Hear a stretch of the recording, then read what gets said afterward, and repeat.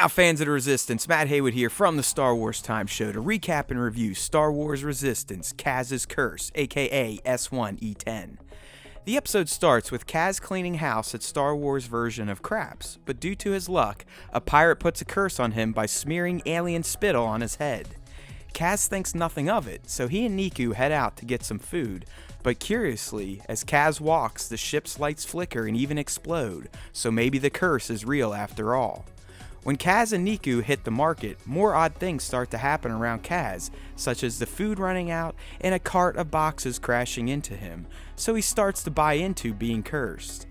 At this time, Kaz gets called to the hangar with a few other aces because the Colossus is heading into an asteroid field in the Guavian Death Gang territory, so Yeager wants the aces to scout ahead. Kaz, Hype, and Tora head out to scout, but Kaz gets separated as his ship starts to experience all sorts of malfunctions.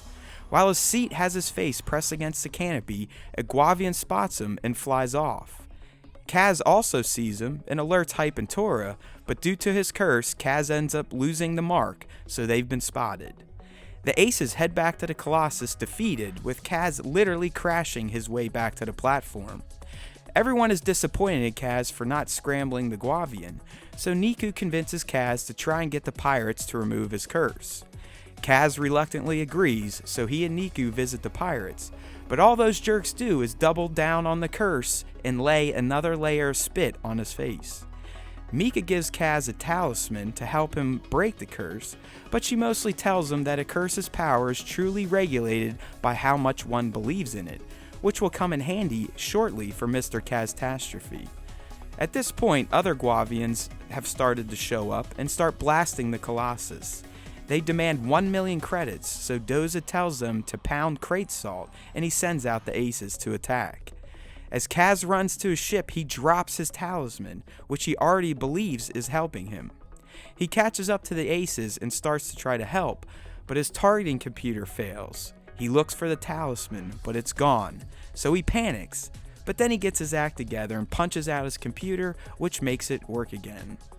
He then goes full-on ace pilot and takes out multiple targets while saving his wingmen. Thanks to Kaz, the Colossus makes it out of the asteroid field and hits hyperspace. Kaz has his groove back. The end. You know, I was a little worried that this episode would be another forgettable one, thanks to its standalone plot. But in the end, I came away quite enjoying what I just watched. I credit this to the arc Kaz follows, and how it played into his natural klutzy-ness. We know Kaz has the makings of a Star Wars hero, but his goofiness always gets in his way, so I like that this episode allowed him to grow from his own failures and realize that he isn't just a doofus that gets lucky. He's a damn good pilot, and when he doesn't let himself get in his own way, he can do some really special things, which is why I ended up enjoying this episode so much. It may still have skipped out on the plot content that I want, which is the whole First Order versus the Resistance, but at least it offered some legit growth for our buddy Kaz. Thanks for watching. If you like this video, please consider subbing to our YouTube channel. We'd also love for you to join in with our weekly Star Wars podcast. So use the links in this video's description or head to StarWarsTime.net to subscribe to the platform of your choice. There's always time for Star Wars Time, and remember, if you listen to the Star Wars Time Show, the Force will be with you, always.